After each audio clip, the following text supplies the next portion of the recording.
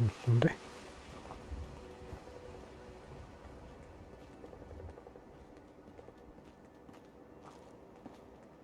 Hey there. I think she's one of the best mod followers you can get, I think. I carry the highest quality alternative medicine products you can find in the Commonwealth today. Interested? So, you're a doctor? No, I'm not a doctor. Traditional medicine is adequate if that's all you have, but I offer something much, much better. Traditional medicine cures you today. Alternative medicine can improve your overall health and vitality forever.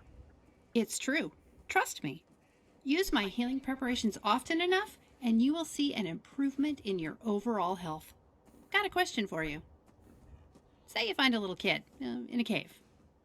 He's all alone, hasn't eaten in days, scared to death. When you walk up to him, you can see he has a nice little collection of stolen goods. What do you do? Guess my good karma's paying off.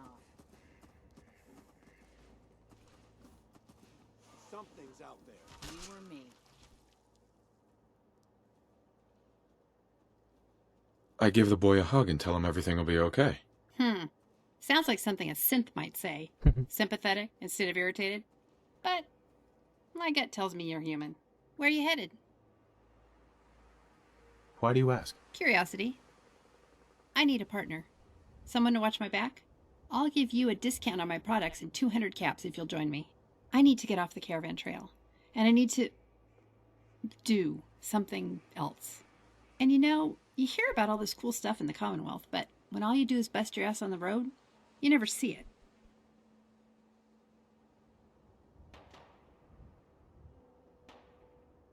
Why not hire some guards? Caravan guards are the saddest, most broken. You ever talk to one? Their favorite pastime is complaining. Gets old fast. So, will you take my offer? Team up with me? So give me the details. There's not much to tell. The name's Kasdan. Heather Kasdan. Nice to meet you. Been on the road my whole life. Been training with weapons my whole life. If something is going on in the Commonwealth, I know about it. Traders love to gossip. I have a newspaper article for you to read. I don't want to talk about it, but it's true. Someone did get out, and it was me. Thought you might like to know why I'm trigger happy around synths. Oh, one more thing. I've got a transponder for you to carry. Flick it on, and I'll be able to track you if we get separated. That's it. That's all I've got. It's time to rock and roll. You look pretty tough. Welcome aboard.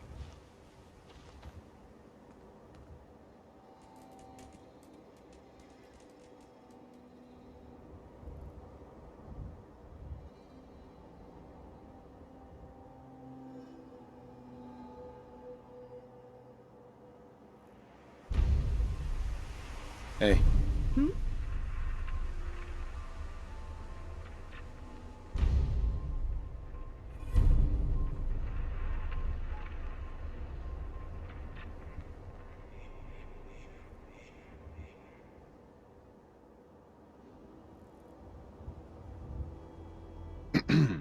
I heard you cleared out Concord. You did good.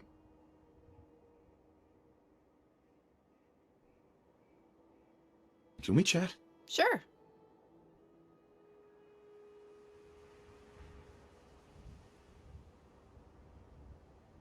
What's on your mind? If we see any mutated fern, grab it for me, would you? I've been holed up in the one place in the Commonwealth where it doesn't grow. Mutated fern. Sounds good.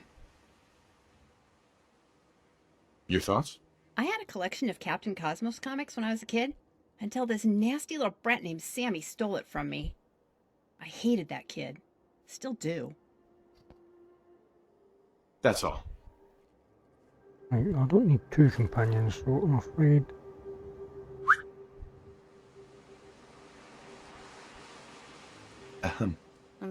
Hello? It's time for you to head home. I get it. You need some time.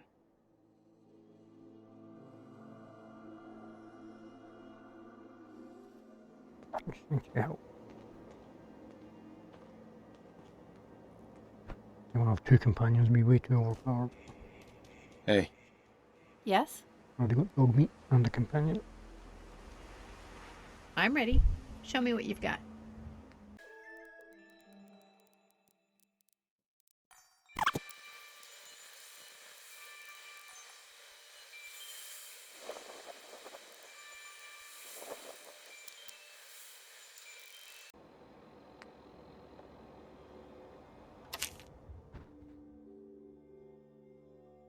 Yeah, there's...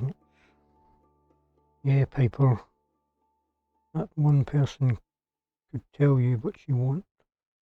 All you care about is your fucking story, not that I lost everything that day. There was a man up in charge of all the metal synths. They called him Kellogg. I'm going to hunt down that bastard and make him pay for what he did. There must have been 50 cents there that day. I think that sounds like a good number to start with. Kill 50. See how I feel after that. Right now I want to kill all of them, every single one. Tragedy at University Point by Piper Wright. We can no longer deny the rumours that University Point has suffered a terrible tragedy. Today I received confirmation that an army of synths descended on the settlement, killing everyone there.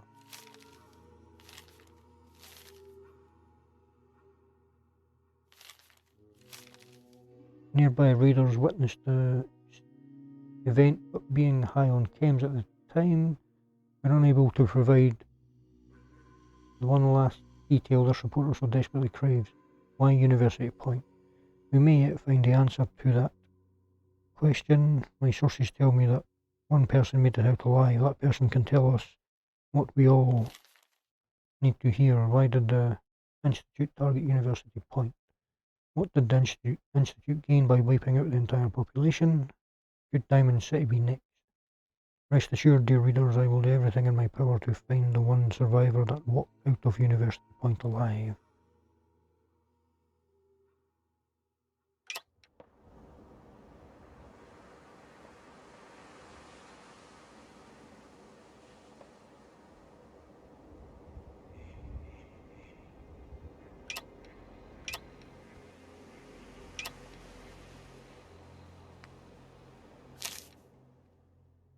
Places to see.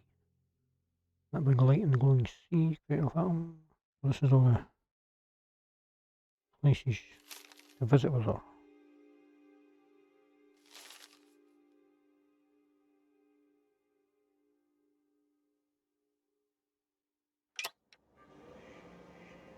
Hey, What's up? The Brotherhood of Steel are in the Commonwealth again. I hear they're camped out in Cambridge.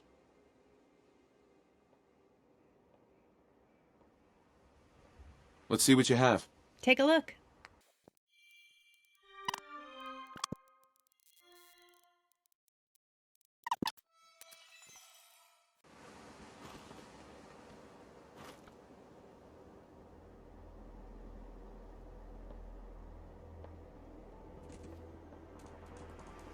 Right, where's to next?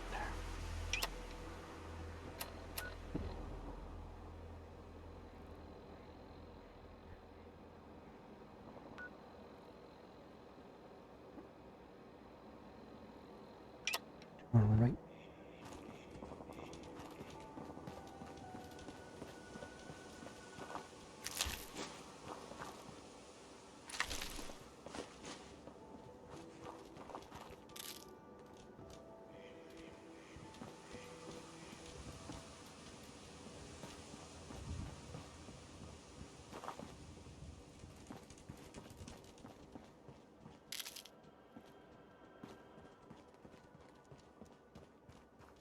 There's a detective in Diamond City we have to go see. If anyone can help me find this guy I'm tracking, it'll be him. Oh, Nick. You hate synths. You should doesn't ken he's a synth. That'll be interesting.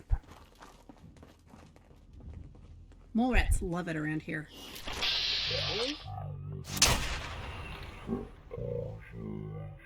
Coming out of the ground. Duck me. You grab them, and I'll do the rest.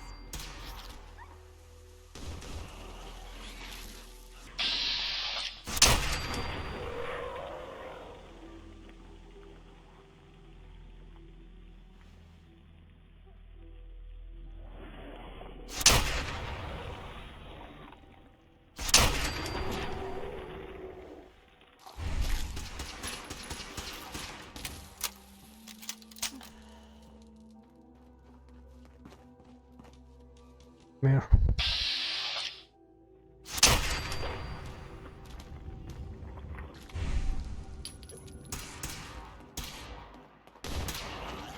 Good riddance.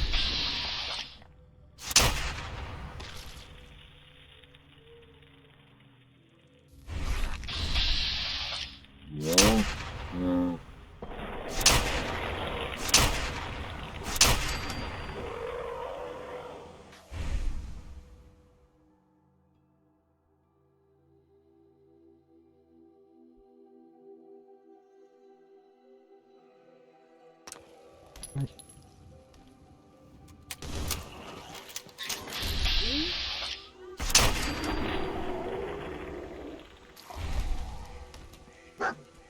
Dog meat. Stay out of the line of fire.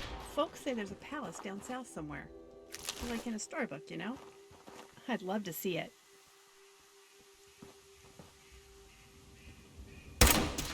Phew.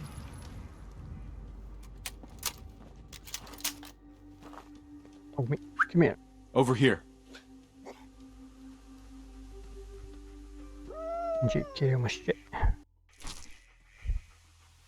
Hey, Hey! Let's do it.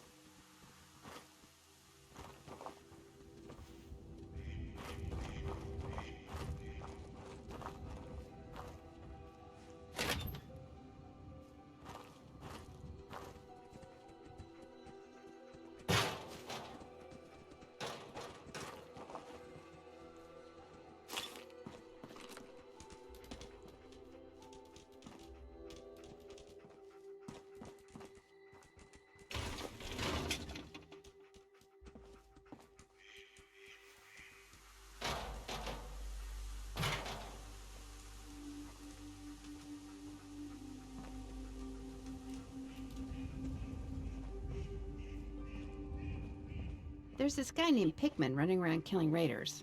Sounds like just another day in the Commonwealth, right? But it's not. It's really creepy. After he kills them, he leaves a calling card so everyone knows it was him. Hope he doesn't come after traitors next. Wish you got one of these calling cards in your pocket.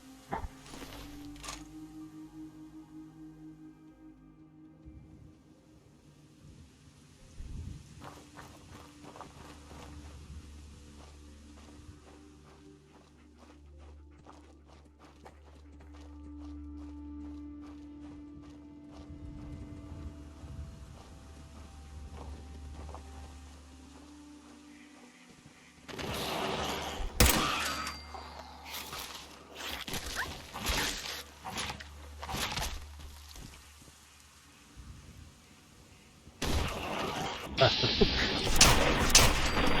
Shit myself. Oh shit.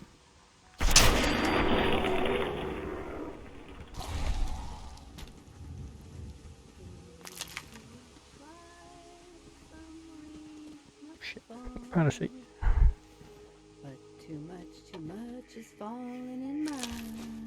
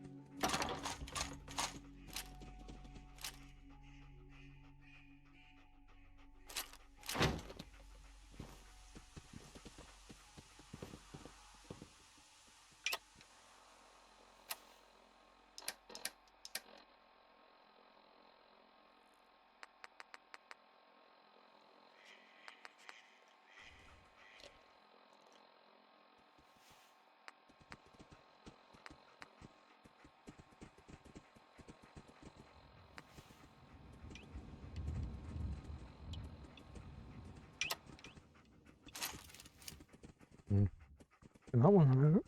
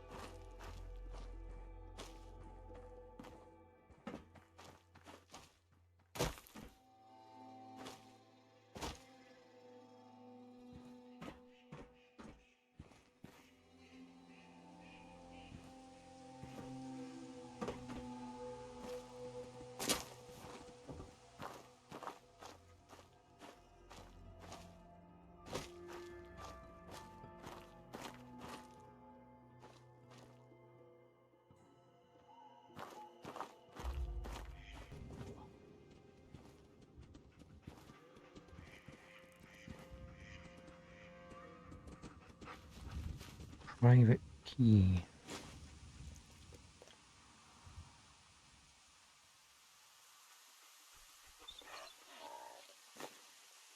Commonwealth is much more advanced than I thought. The place I lived in was extremely inadequate for a man who has a career as a scientist. Especially the prevalence of synthetic technology, which can be heard everywhere, and the fear that people feel from it is very interesting. But sir, I was asking about how you're able to mass produce Mutants. You did, yeah, but isn't this place full of more interesting things? It would be a sin to be interested in such a trifle. Let me tell you something very important. If you want something desperately, burn it. I'm not going to let this formula be known to these idiots who buy this third-rate magazine. Formula. Hey,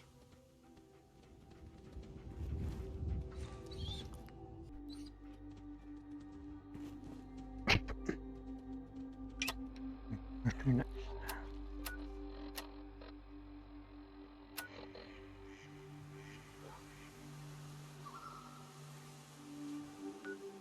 Overland Station.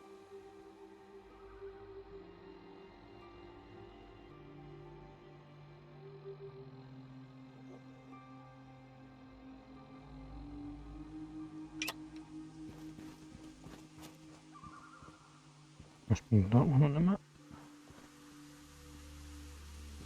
On the compass, I should say.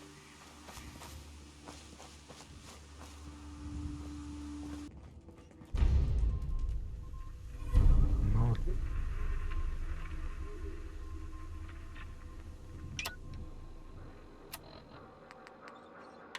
This is Scribe Halen of Reconnaissance Squad Gladius to any unit in transmission range. Authorization ARCS, Verum 9-5. Our unit has sustained casualties, and we're running low on supplies. We're requesting support or evac from our position at Cambridge Police Station.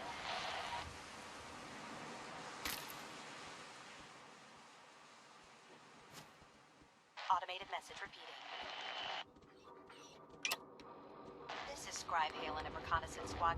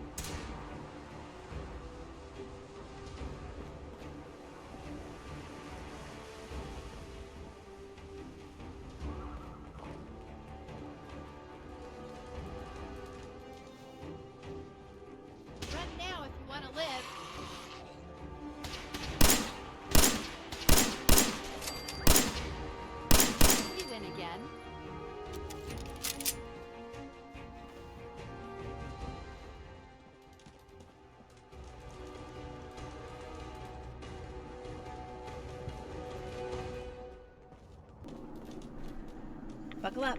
It's got radiation. Right, rat storm.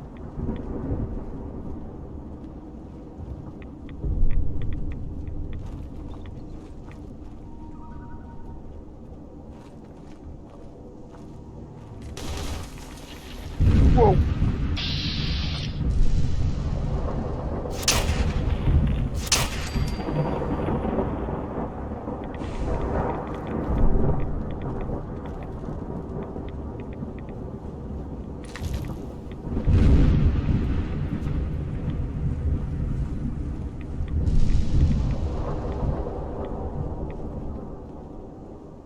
Creepier when the rat storm's happening.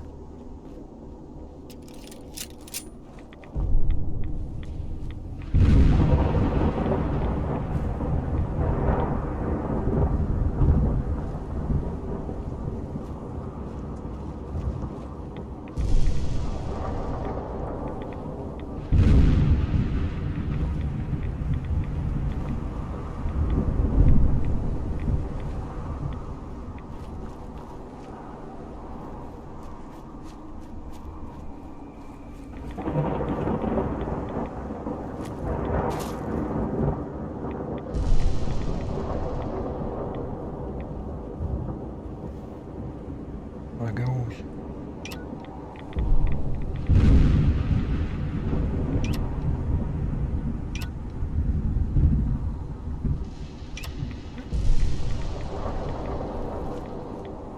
I'm trying to get the land.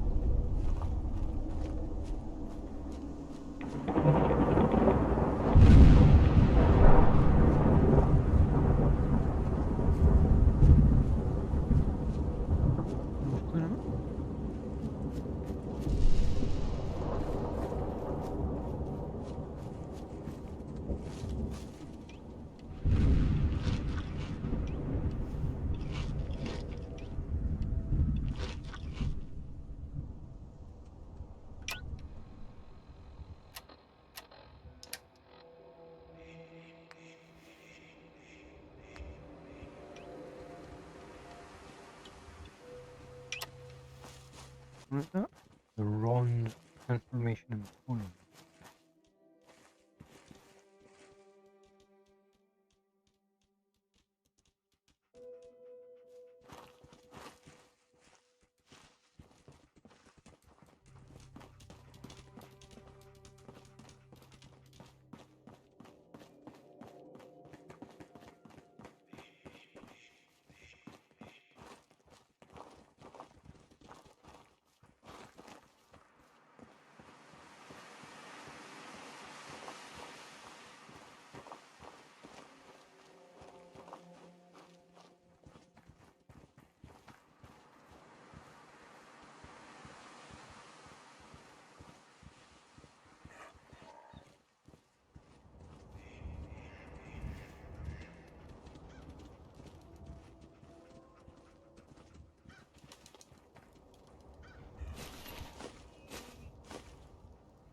Chain of atom, simple rag.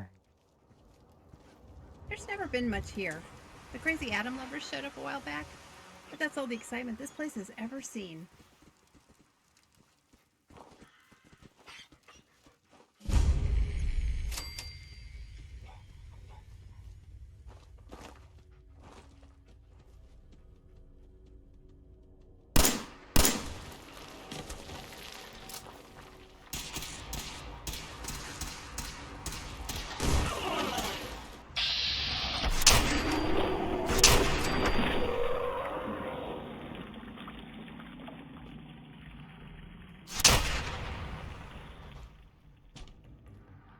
A rat.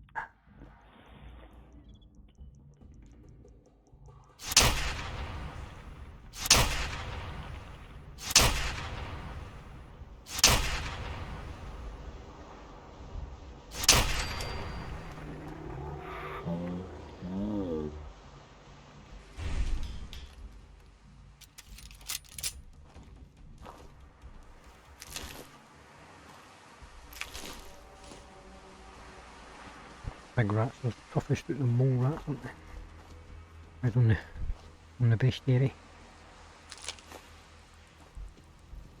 A metallic rat.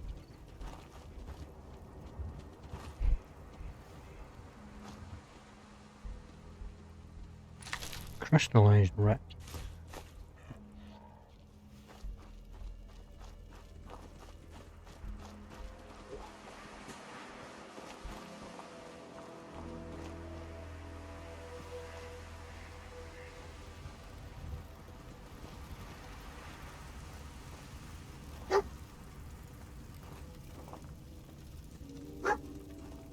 Good job, dog meat.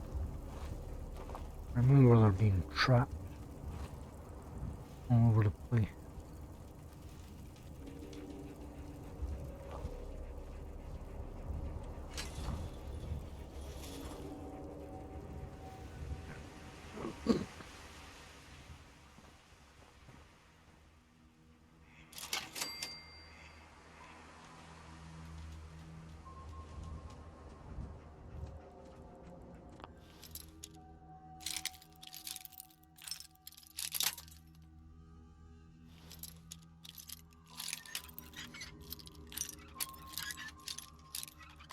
Nice.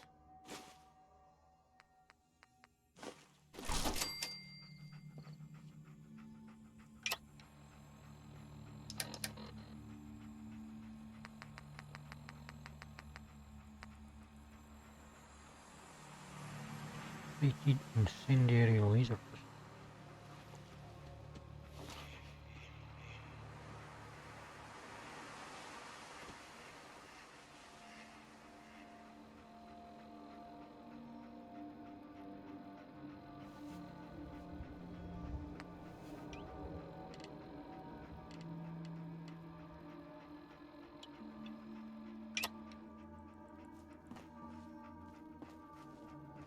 Radiation.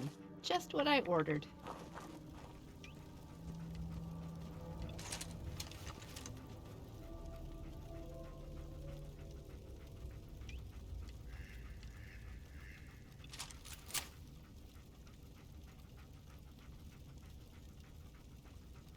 Cool. Do something with that ammo counter though.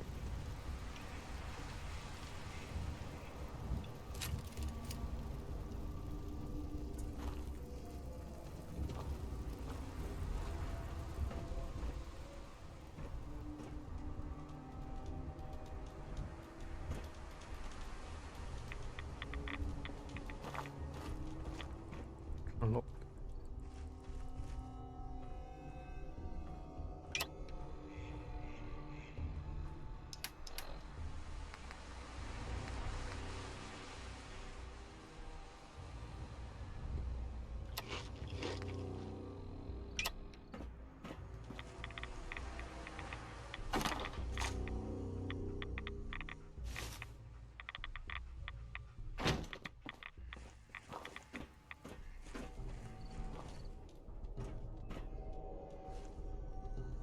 Oh, I think some more radiates.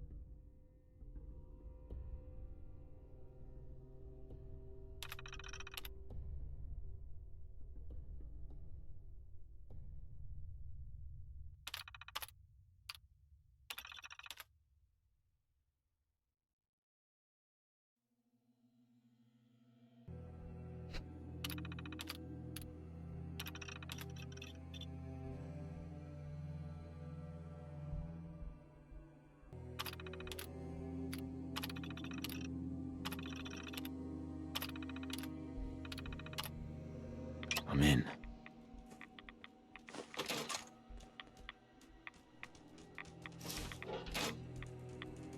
Mr. Fring. Lunatics.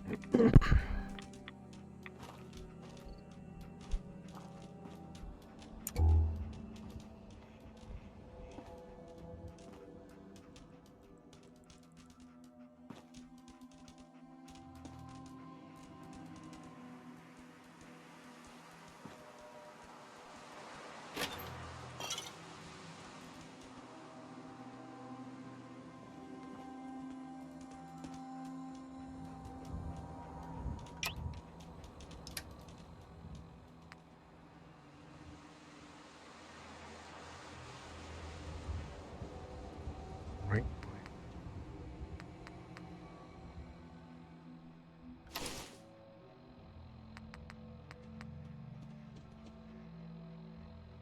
Maybe shadowed leather right on.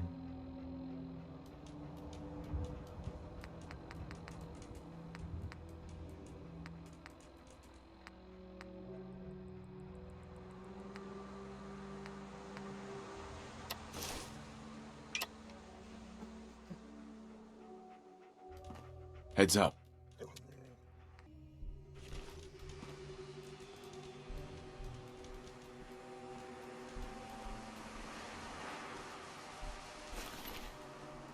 Nook a grenade. Green rags.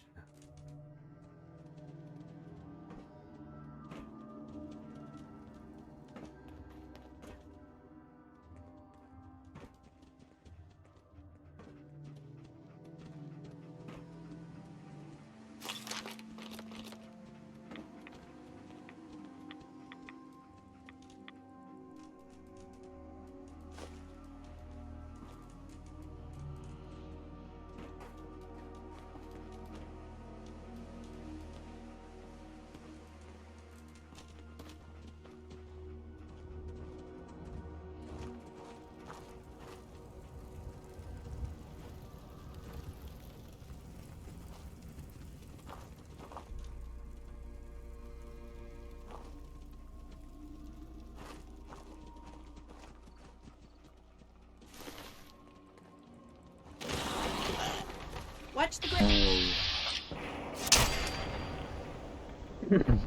Muffled.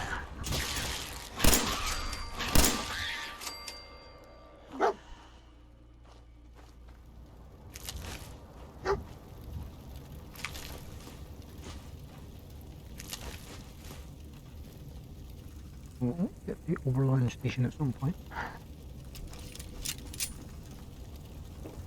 I'm getting distracted.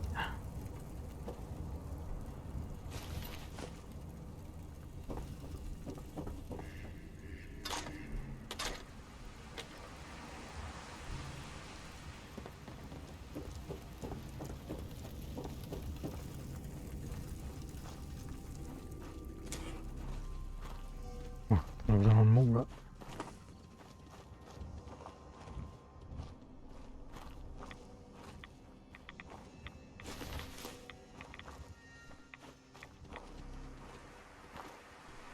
Nope. Trap.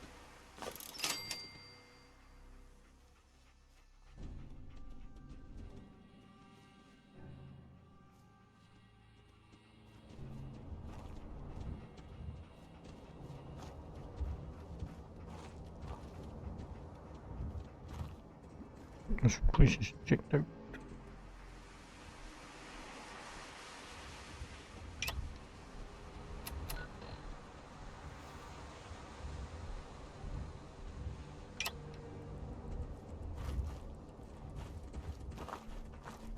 Jeez, your Geiger counter's going nuts.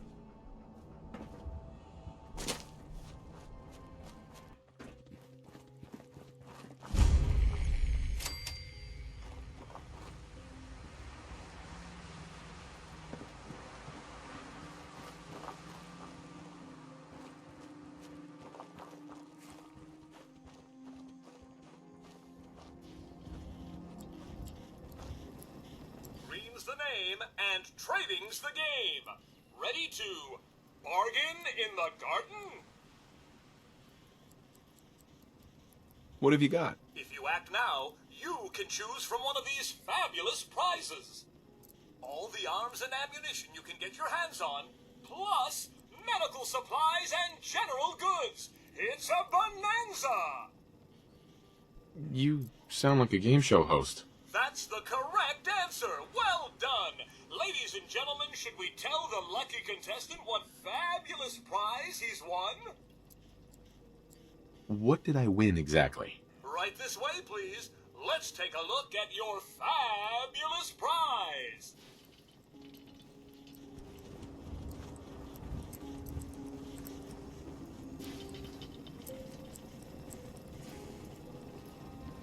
It's a brand new car! Wow! Now, if you've already got the latest in sleek, stylish, atomic-powered automation, you can also take your winnings in the form of a cash prize. How does 100 caps sound? I've got an idea. Let's make a deal. I like it. How about 150 caps? Those are my only choices? You are one tough customer, I don't mind telling you. So, what'll it be? I'll take the cash prize. Here you go, and if you want to use your winnings to make a few purchases from Robco, we certainly won't complain. Ha ha! Well, it's been a real pleasure. Thanks for playing. Brand new car.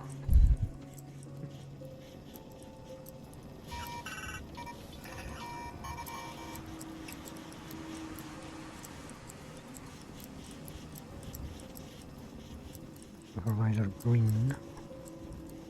Or you just Mr. Handy.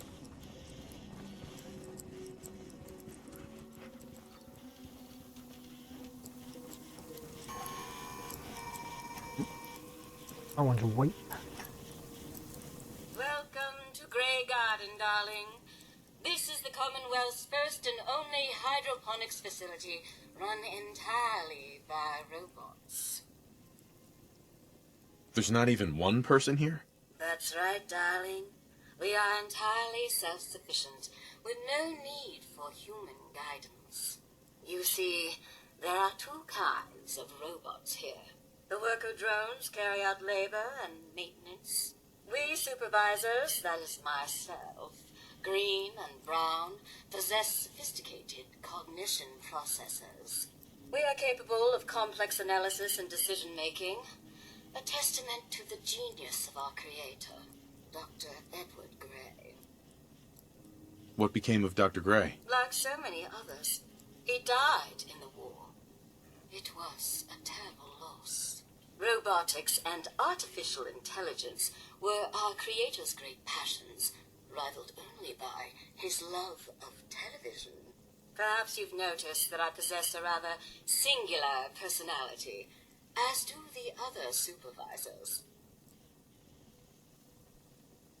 Why did Dr. Gray give you these unusual personalities? Genius is restless, darling. It abhors stagnation. Dr. Gray was tired of the standard Mr. Handy personality. He looked to his favorite television characters for inspiration, and we are the result. A few other things you should know. Talk to Green if you need supplies. If it's caps you require, Brown might have a few odd jobs. There's one other thing. A question, really. Tell me, darling, what do you think of the water around here? The water? Oh, it's ghastly. That's what it is. Simply ghastly. Pressure's down. Radiation is up. Why, it's practically toxic. Just think what it must be doing to my skin. This will never do. I don't mean to impose, darling, but perhaps you could lend us a hand. What do you need me to do? Most of our water comes from the old Weston plant, south of here. Such an eyesore. Be a dear and pay a visit, See what you can do. Maybe tidy up the place. It must be filthy. If you can get it working again, I'm sure I can come up with something for you.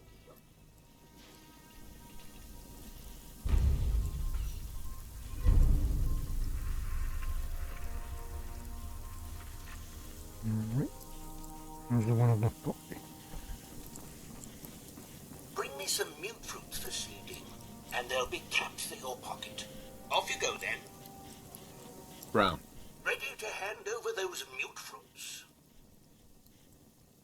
What are you offering exactly? It's 2 caps apiece. Yeah, I'll take those caps now. Jolly good. Here you are. 2 caps apiece.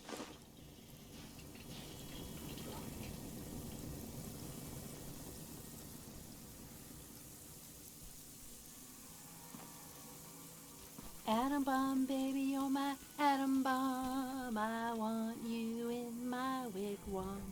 You're just the way I want you to be. A million times hotter than TNT. Like a wee random song outburst.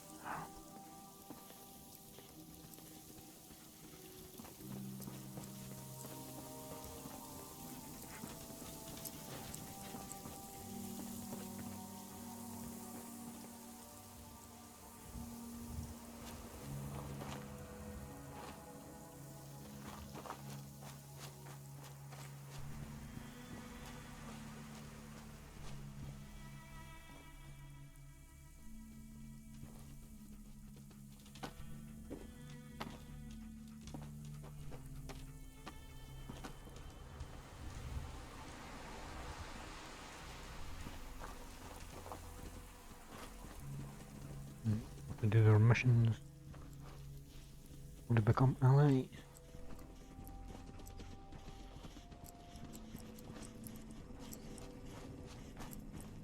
Bet you didn't know this.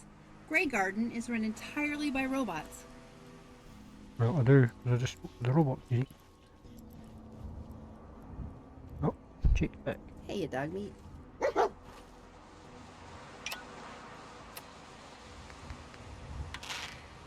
Hey there, Slick. How you doing? Don't bother answering that. I can't hear you through your Pip-Boy. Also, this is pre-recorded. I got some news on the comm hub. After a little tinkering, a few replaced parts, and a whole lot of cursing, I've still not been able to turn it on. Not exactly the best news, I know. But as it turns out, too many of its parts are degraded beyond use. You found loot. Good However, dog. here's some good news. An acquaintance of mine did some information digging, and we made a little discovery. Turns out, there's a building in downtown Boston where we may find a second comm hub in better condition. This message should trigger a marker update on your Pip-Boy's map. I'll be waiting for you there by the time you hear this. This has been a pre-recorded message. Message repeats in 3 seconds. Charles View Empty. Hey there, Slick. How you doing? Don't bother answering that. I can't hear you through your Pip-Boy. Also, this is pre-recorded. Heads up. What is that? Wild boar roamer. The tusks.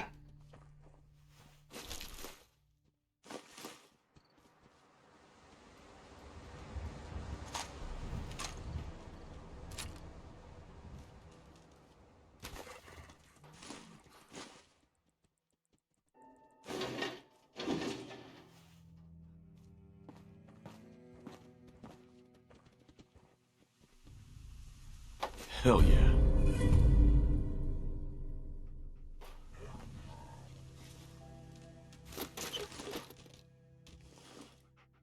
Look alive.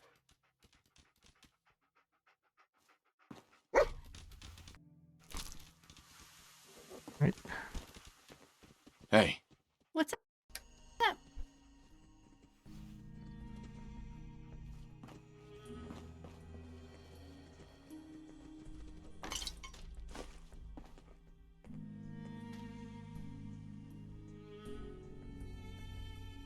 There was once a time where you wouldn't have found this beast in the continental United States in any form, mutated or otherwise.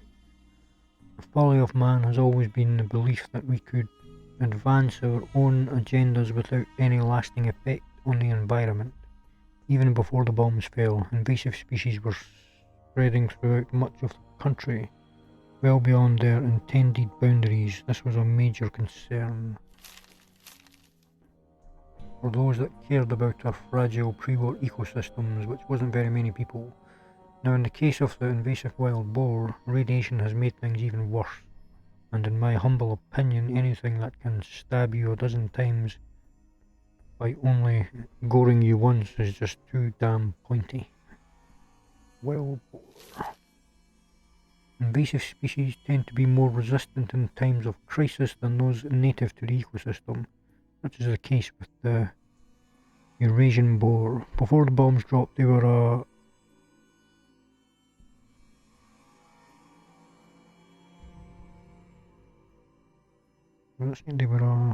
something native to much of the Eurasian and North Africa,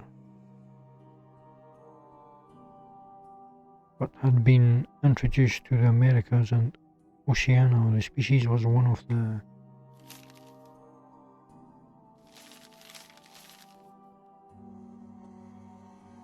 widest ranging mammals in the world, as well as the most widespread life form. Tough to read in VR. They were a highly adaptable, indestructible, invasive species capable of damaging ecosystems as well as native flora and fauna. They had an omnivorous diet, and the variety in their choice of food was comparable to humans. All this is to say, the pre-war wild boar was already quite formidable. The wild boar responded to total atomic annihilation by growing 2 sizes larger and sprouting more than a few extra pairs of teeth. These beasts are found in most biomes throughout the wasteland, but are most commonly located in wetlands and woodlands. Wild boars are easily agitated and highly territorial, meaning it's best to keep a wide berth if you don't want to provoke a fight. Cross into their considerably large personal bubble and you're sure to regret it. Wild boar are particularly reckless for what they are and will charge a straight line right into hell itself. Being the large targets that they are, I recommend simple sustained fire and well-timed evasive maneuvers to take the burly bastards down.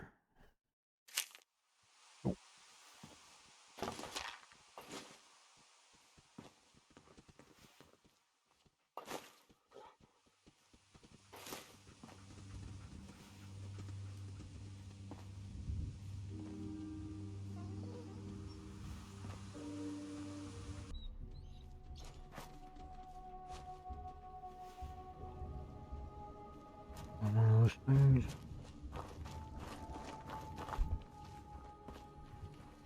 Heads up.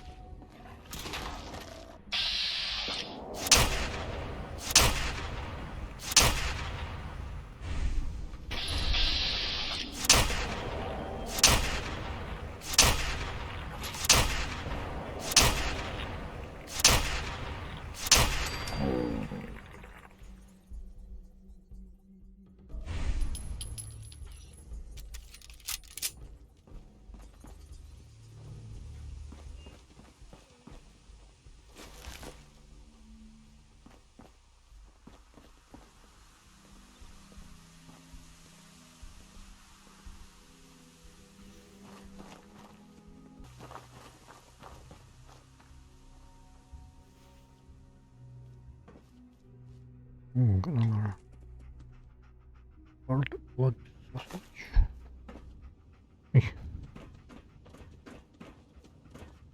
Sausage is trying to escape. Wild milk juice.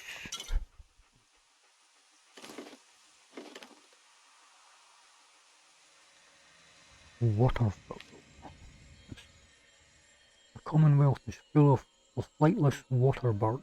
They weren't flightless before, from what I'm told, but it's hard to take to the skies with the majority of your wings clipped by gamma radiation. I suppose that happens when you spend most of your time in or around heavily irradiated water. Ducks. ducks haven't seen their waterside lives change much in the centuries following the Great War. Generations of heavy radiation have caused many of these wasteland waterfowl to suffer significant feather loss, resulting in the loss of their flight capabilities. Those that can still do so maintain annual migration patterns, while those that cannot are forced to remain region locked year round. They make ideal prey for both hunters and predatory mutant geese. Geese are found throughout the wasteland, primarily near fresh water. Many geese, like other waterfowl, have experienced severe feather loss due to their extended exposure to highly irradiated water sources, rendering them flightless. In the wake of the Great War, the Canada goose also experienced a particularly severe mutation, two additional heads to be exact. Geese tend to act exactly like their pre-war counterparts. Needless aggression and all. Despite their bad attitude, geese aren't any sort of a threat. More the opposite, rather, in that they act as a good source of meat for any hungry predator or wastelander. Loons. Common loon is iconic for the eerie, echoing song it produces. Like other waterfowl of post-war America, many loons have experienced significant feather loss and loss of flight. Ironically, their remaining plumage constitutes the primary reason why they are hunted. Even flightless loons have retained more feathers than other species of irradiated waterfowl. A haunting call of the loon can be heard throughout the Commonwealth wetlands, matching the ominous nature of such wild, mutated wildernesses. Bingo.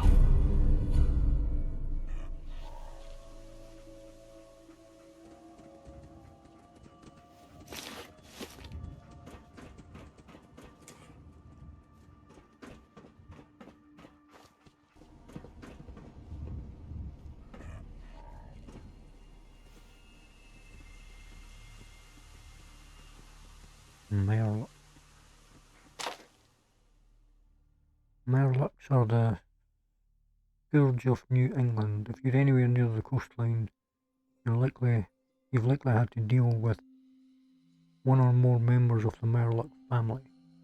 The term Merluck is a sort of catch-all for many of the various mutant aquatic species found along the eastern seaboard. Although this is not as straightforward as it sounds, there are many oceanic marine mutants, but only a specific collection of species which share a deep, complex, and at times hierarchical level of symbiosis.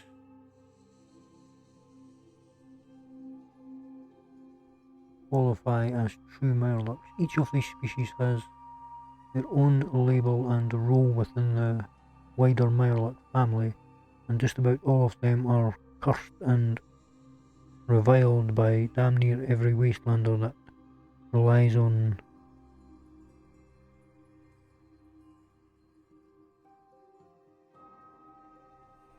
I can't make it what it says, or survival.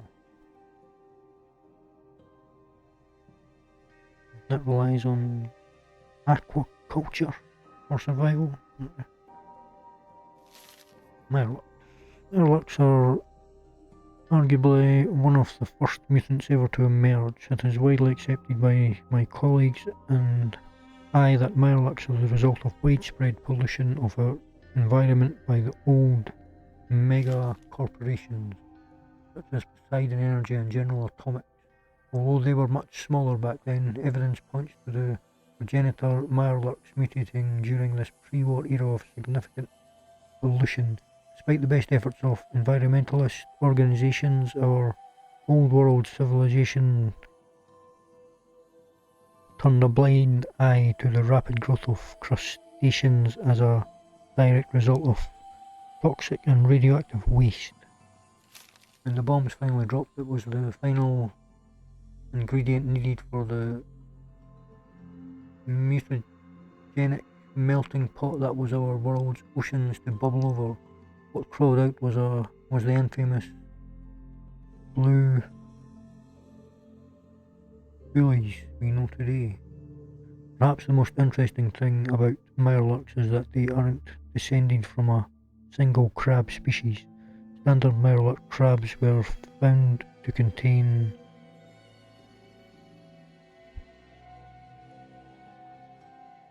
something markers from both the Atlantic horseshoe crab and Atlantic blue crab. Especially interesting, there are numerous accounts that Mirelurks have a sensitivity to white noise. Among wastelanders, Mirelurks occupy a particularly nuanced role. While they are largely detested as a nuisance, their meat is considered a delicacy. Some wastelanders have even tried to trap and domesticate Mirelurks as a sustainable food source, to varying levels of success. I personally see this to be playing with fire, since a Mirelurk outbreak can level entire settlements, even fortified ones. Mirelurks' nests are highly versatile, and an infestation can occur in nearly any environment where shallow water is present. Mirelurks sport a large, round shell that covers most of their body. Cilia serrata horrendus, as the species has been dubbed, are nearly bulletproof when tucked away under the safety of their outer shell, and when in danger they'll instinctively lower their heads to avoid bodily trauma. They hunt using their sense of smell, and their eyesight has been observed to be quite poor in comparison.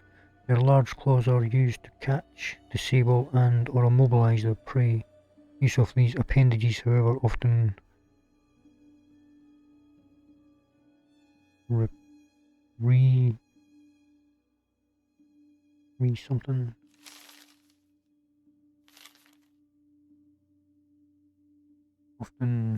requires a Mirelurk to expose itself from underneath its shell, allowing a clear line to its face, torso and legs. Most wastelanders that live near coastal waters know to go for a Mirelurk's legs and face during these circumstances, which makes the common Mirelurk crab a bit of an ineffective predator towards humans.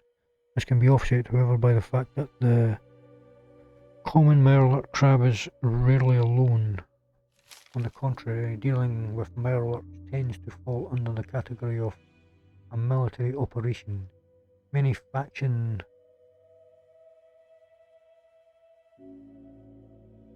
grunts or soldiers of fortune will recount military campaigns against Mirelurks in very much the same manner that one would describe traditional human warfare.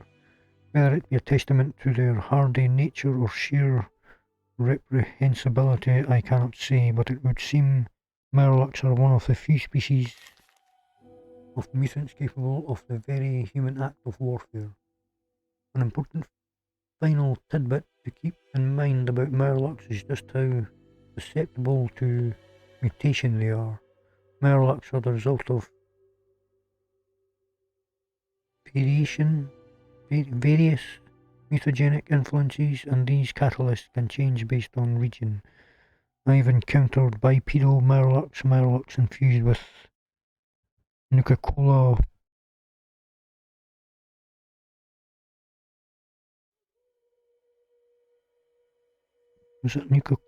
Phantom. Others still that have been infested with parasites or mutant plants and many other varieties. Some of these Mirelurks have been given unique names based on these specific mutations, like the swamp lurks of the American South or the freshwater lake lurks at the southwest. You never truly know what to expect with these crazy crustaceans. Murloc hatchlings.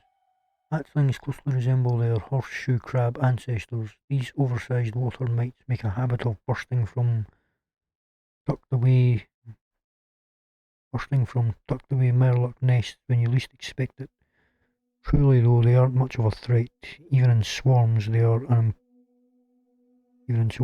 important part of coastal commerce, however. Fish, rats, lined with Murloc spawn are a common sight in fishing towns throughout the East Coast.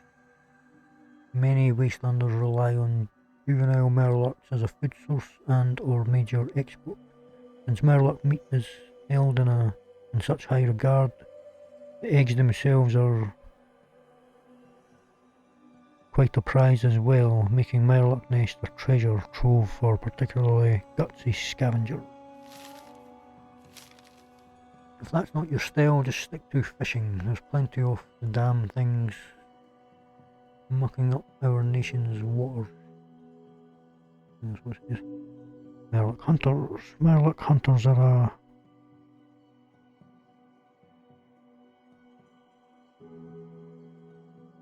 unique breed.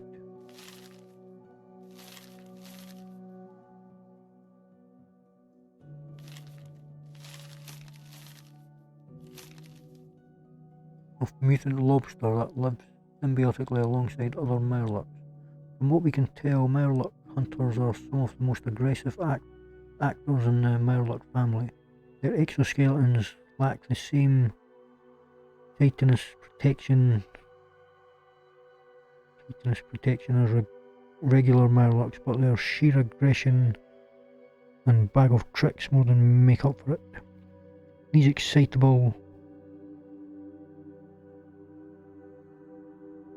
something entries will exercise their fury by either regurgitating a slew of toxic caustic spit or by crawling up close using their big meaty front claws.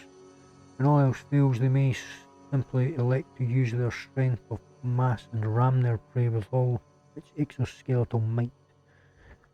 In my studies, I couldn't help but notice the similarity in both tactics and combat effectiveness of Murloc hunters to the other eight-legged toxic titans of the wasteland. Rad scorpions. While this is likely coincidental, the similarities present in the two apex predators mean that similar tactics may be employed to deal with either predator. Just as with the rad scorpion, go for the legs and follow up with the face. More specifically, parts of the face not covered in dense carapace. Murloc king. That's another long one. From what I can tell, there are at least two distinct species of mutant that claim the role of Murloc king. Both appear semi-humanoid but are not descended from human DNA. The first species of Murloc king is a species of reptilian, which stands upright and bipedal. These Murloc kings share some visual similarities to turtles, but their ultimate origins are unknown.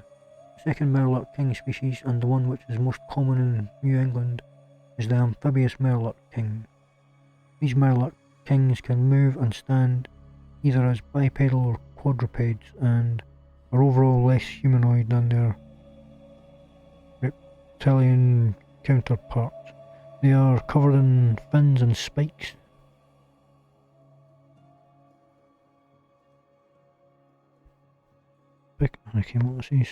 Picking.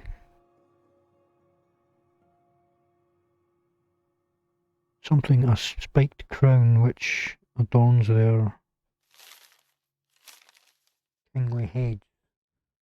Amphibious Murloc kings vaguely resemble frogs, but their full origins are unknown. My personal hypothesis is that both types of Murloc kings are the product of multiple species rather than a singular mutant animal.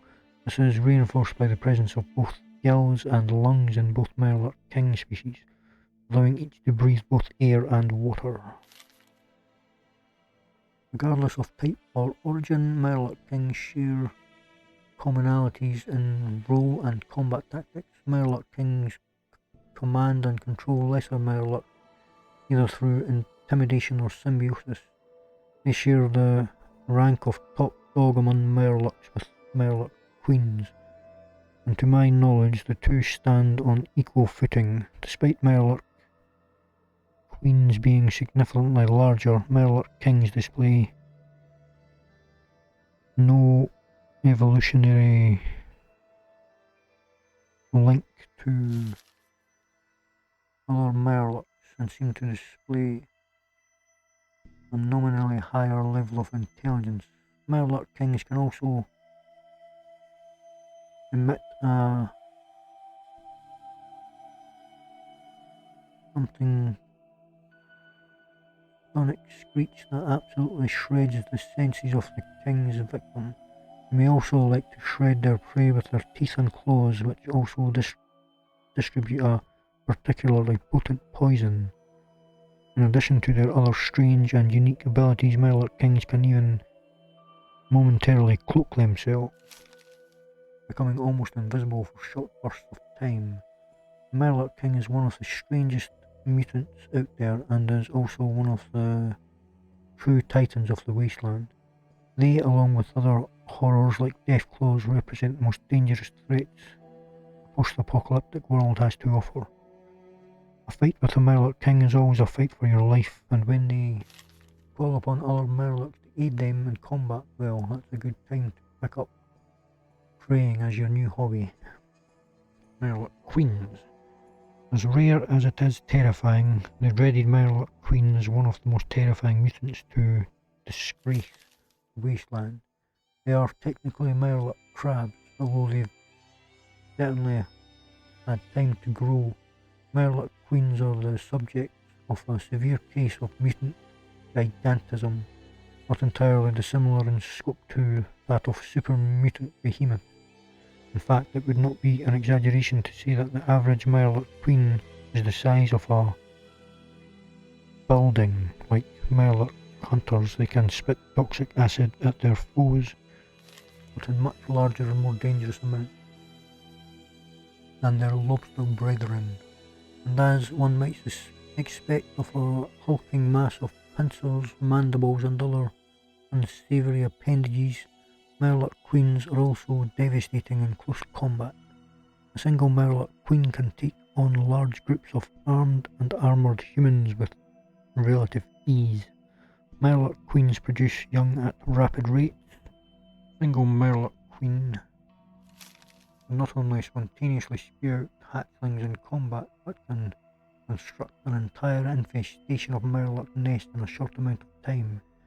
There have been many occasions where coastal settlements suddenly fell silent, only for it to be discovered that a Mirelurk queen just emerged from the ocean one day and did them in.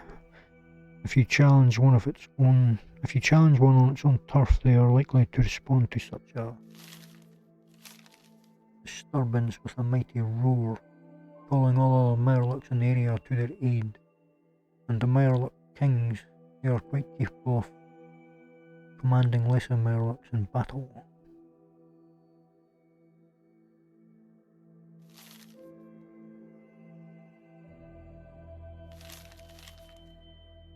If you're dealing with a Mirelurk queen, bring an army, unless you're some kind of wasteland messiah. There's no way you're going to take one on with anything short of a certified, bona fide military force. Riverlurk.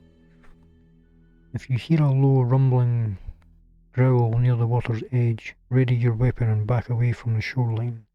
Riverlurks, sometimes called catfish Mirelurks, are mutated bipedal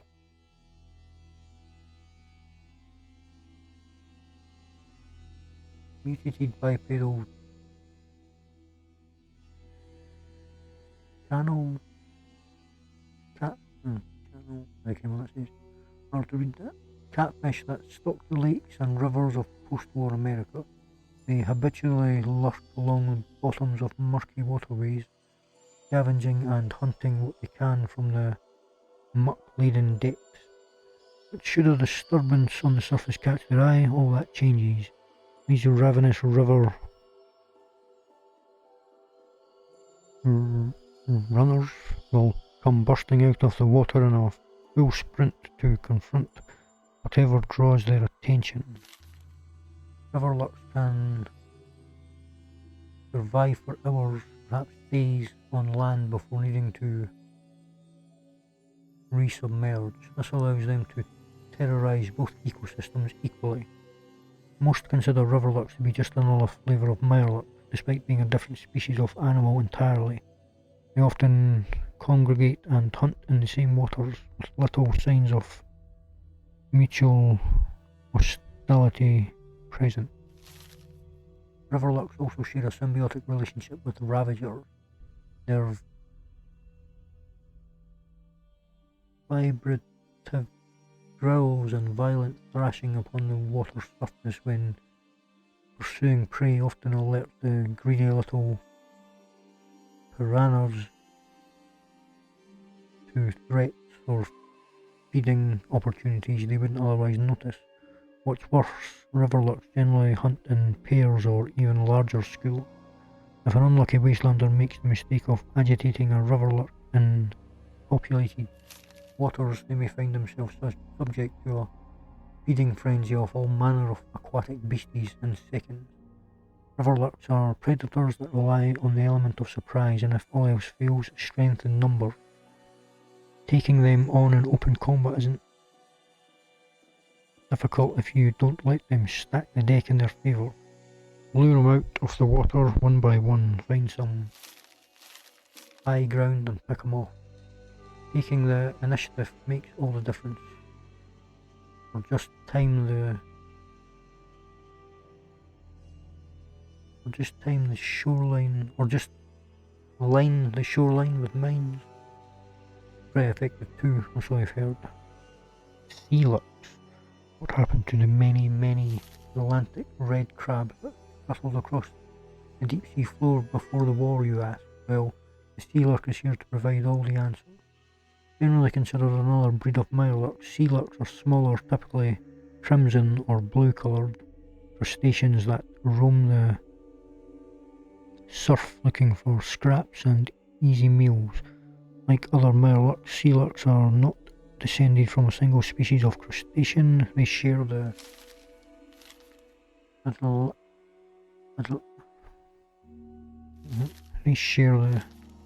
Atlantic blue crab ancestry of other mirelurks, but the dividing factor is the overwhelming presence of Atlantic red crab DNA. Unlike their bigger horseshoe crab descended brethren, sea lurks are more cautious when engaging potential prey. If one keeps an open eye, they can spot a hungry sea lurk slowly approaching from the surf. This means you should always have an opportunity to either move out of the way or strike first. Their shells are denser and more durable than that of standard mirelurks, but they are overall weaker in the strength department. Well-placed shot beneath their scarlet shield should make quick work of them. Oof, that was a long one. Bingo. Very interesting. Some great lore.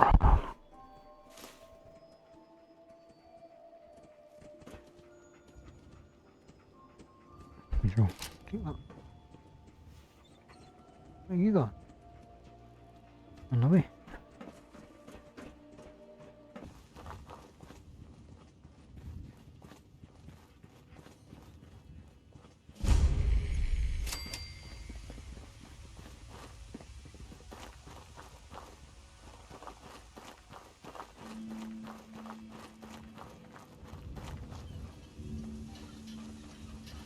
What do you want? We don't need any more trouble around here. Didn't you ask the Minutemen for help? You're with the Minutemen? I didn't really think you fellas still existed.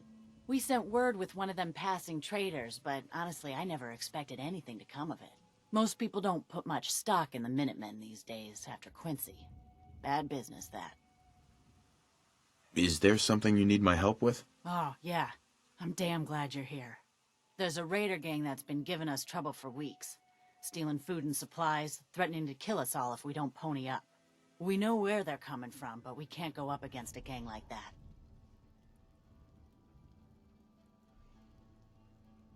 Vega, I've already done that. Will you be willing to join the Minutemen once I've dealt with those raiders? We'll give it a good long think.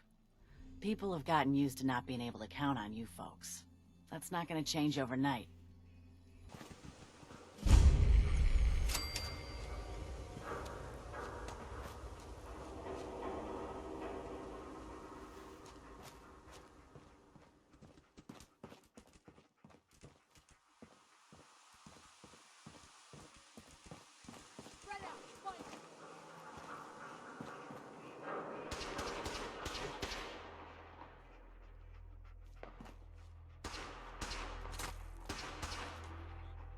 Oh, nice. Tune here.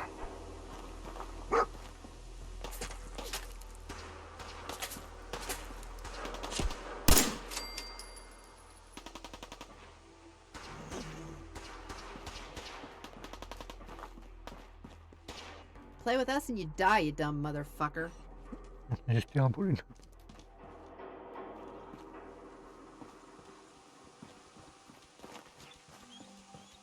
Disappeared, Hank, huh?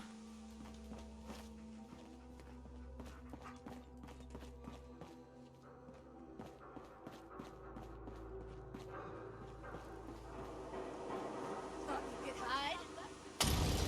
Where'd that little fucker go?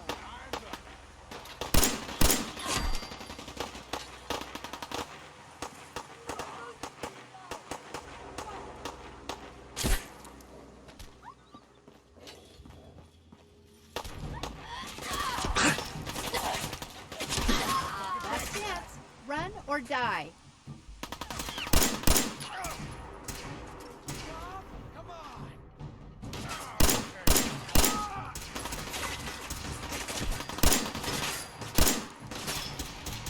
Ow!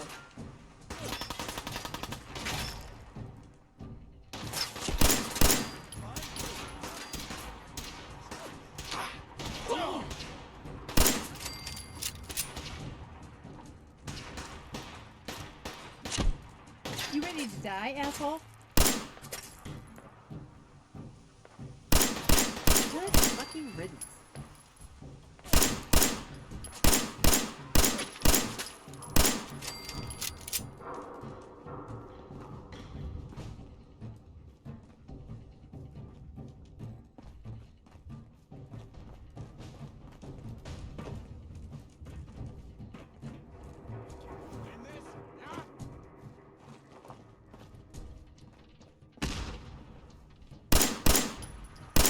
We win again.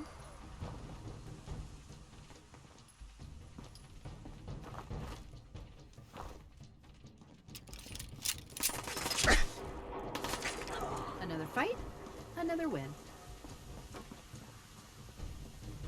Just go off the bowling.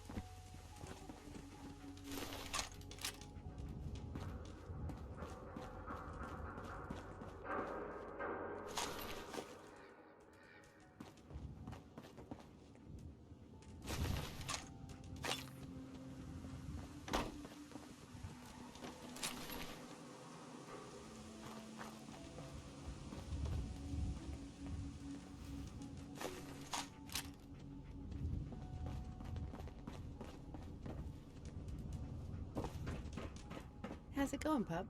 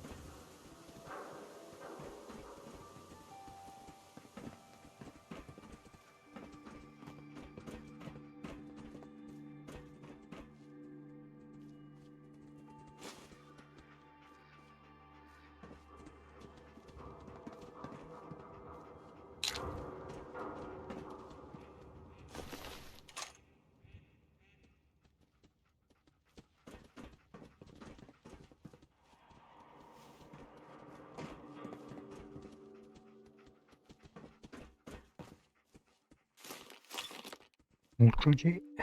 Nice.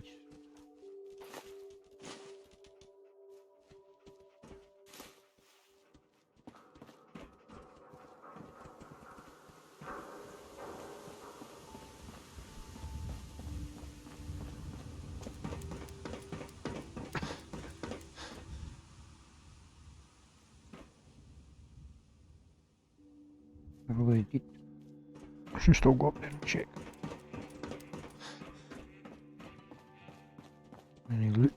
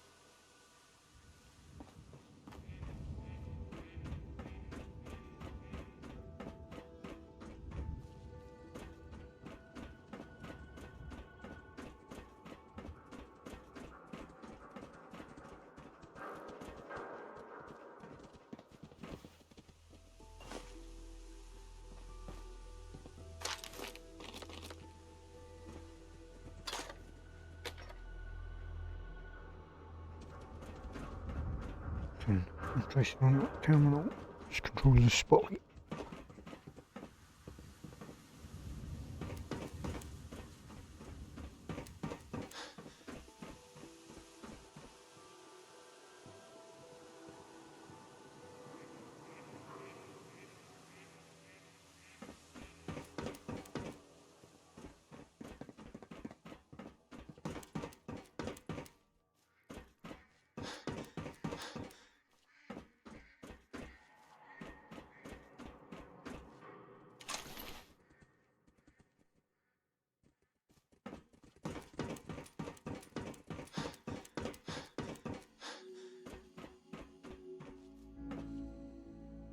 Perfect.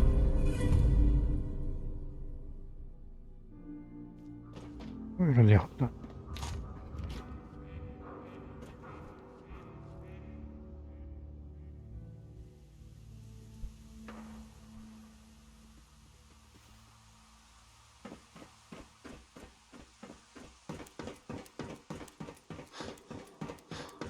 I'm not sure how this place got reset. I've definitely been here. Because I've done the quest.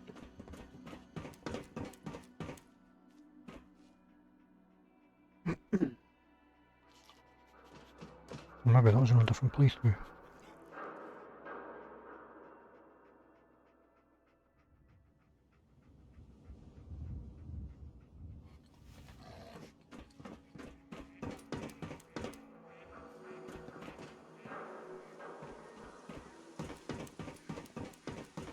I may be thinking about a different place too.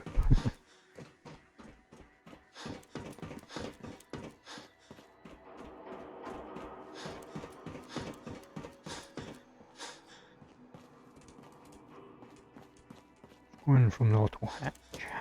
What the hell was that?